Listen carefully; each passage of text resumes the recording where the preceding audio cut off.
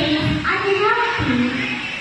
After 2 years, we finally get a chance to celebrate our graduation face to face.